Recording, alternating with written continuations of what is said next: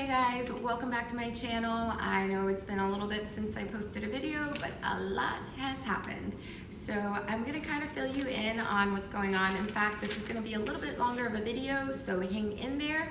Obviously the title explains exactly what's going on. I've been kind of going through a series of unfortunate events. What I do want to touch base on is getting yourself through your most trying times. And the things that work for me. So I want to go ahead and share them with you. I actually wrote it down. I know there's a lot of you out there this year, 2018, astrologically or whatever, just has been a really just trying ass time for everybody. It's not just me. I see so many people experiencing loss, grief, accidents, things like that. So if you're going through something like that, connect with me, tell me what's going on, feel free to share your story. Thank you so much to everyone for your support during this time. A lot of messages, text messages, sharing kind of like the loss that you're experiencing. That has actually helped me really grieve, because I tend to go into kind of like a automatic robot mode when I'm really struggling emotionally. So I can't tell you how many moments, especially with my dad passing last week, that reading your comments and the DMs that you guys sent me is what helped me to actually like break myself down a little bit. And so thank you so much for sharing all of those powerful stories about, you know, your parents going through cancer, surviving or not surviving. Those things are really like meaningful to me, because that's exactly what I just went through. So to kind of rewind and go back to the beginning, it's been a really eventful couple of months for me. I would say in the last 3 months, I have experienced a significant change in my career path. Prior to that, most of you guys saw on Instagram and Facebook, I got into an accident while I was cycling, and you saw half my face was really kind of like disfigured. I had a dislocated jaw, significant amount of damage to the left side of my face. Luckily, I didn't break my cheekbone. It was just kind of really swollen. Like, it was so swollen that you couldn't see like the bridge of my nose on one side of my face for about a week. So that was kind of like how it all started. And then it led into kind of me transitioning from my entrepreneurial career to really combining my passion for cycling and marketing together. It really just kind of fell into place after. So that was a really good thing. But it did also generate a lot of stress transitioning from one to the other. So I'll talk a little bit about that. And then during kind of like my first kind of weeks there, I also went through a breakup, which was just kind of, you know, it takes a toll on you. And then lastly, kind of like the last and the most heavy thing that I experienced was that last Friday. My dad passed away after struggling and battling lung cancer that had metastasized to his bones.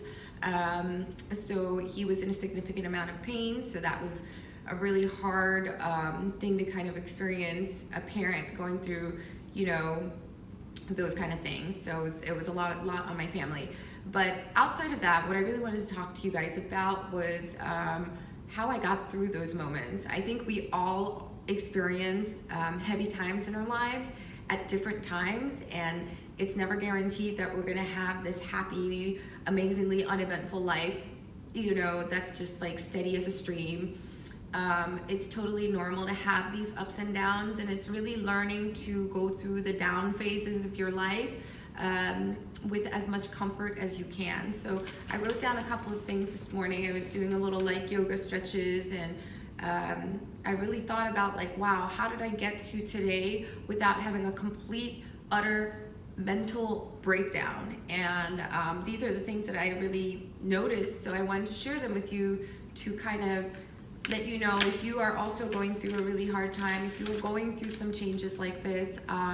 I hope that any of these, you know, 6 things that I share with you could be helpful for you. So the first thing I really wanted to share with you is that when you're going through trying ass times in your life, whatever you do, do not abandon yourself. What I mean about that is, you know, at least for me when I was younger, and I'm guilty of it even earlier this year when I first found out that my dad was terminally ill, instead of sitting there and being there for me, I completely turned around and abandoned myself. What I did was I called some of my friends that I knew like would really be down to go out and get shit-faced, and I did that instead of sit here and actually deal with what was about to come. So when I say don't abandon yourself, it's really tempting to just tap out and say, oh, this is a really hard situation and I'm just gonna like abandon everything right here and I'm gonna go get turned up with my friends, or I'm gonna space out in video games, I'm gonna space out in some other hobby or habit so that I don't have to deal with this right now. This is how we abandon ourselves. We do it often. Some of us, we do it with a bottle of wine. Some of us, we overeat. Some of us, we watch TV. And some of us, we even overtrain, which is kind of what I went into. I went into kind of like a psychotic, count my calories, wake up at 4 a.m. kind of thing, because I just wanted to fully immerse myself in something else. You feel yourself like needing to reach out or needing to talk about things, it's because you're needing the comfort of yourself. What does that mean? Which leads into number 2. You need to know what makes you feel safe. Again, you need to know what makes you feel safe. For me, going out and getting shit-faced or, indulging into watching an entire season of Sons of Anarchy, like, those things didn't really feel safe. They felt good to numb out because they were all consuming, but it really didn't make me feel safe. So the things that make me feel safe are being at home, taking care of myself, like little things like just meal prepping, cleaning my house, having order in my environment, spending time sitting out in nature, spending time meditating, and spending time only connecting with my friends that really bring a lot of value to my life. And that leads us to like the third point. This is a time when you're going through really trying times, this is a time to trim the fat as far as who you spend your time goes. You need to kind of let go of anyone that's bringing negativity into your life or that's likely to help you kind of abandon yourself, because that's what they're used to doing as well. So you don't want that. You want to kind of like trim the fat around your closest friend, family circle. If you have family who just doesn't support you or who just brings like negativity to you or criticizes you, they are definitely not going to be in your safe space. You're going to also have friends that are just kind of like, oh, you need a break. Come on, you need a night out. Those friends, at least for me, are not going to be helpful, because you're just going to encourage me to like go spend money and run away from my problems.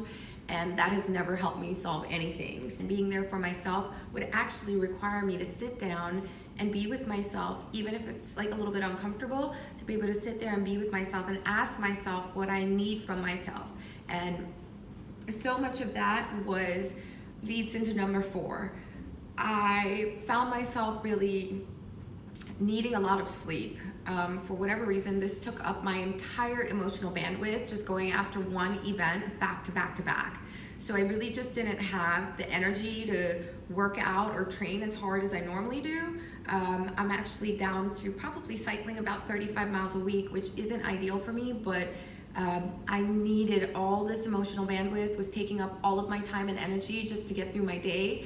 So I needed more sleep. Just allow yourself to sleep, because your body needs it. And 5th, which kind of ties into 4, they all kind of go in order. 5th is don't be hard on yourself.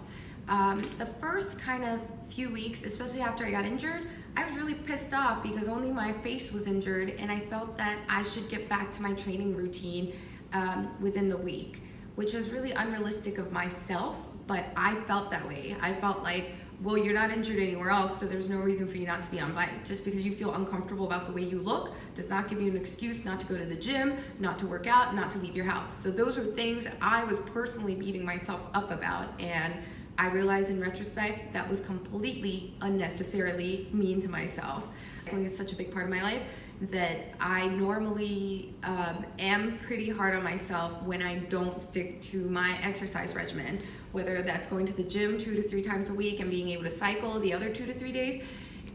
That's something that I really normally have on a board in my kitchen, like breaking down to what like muscle groups I want to work out and how many miles I should ride.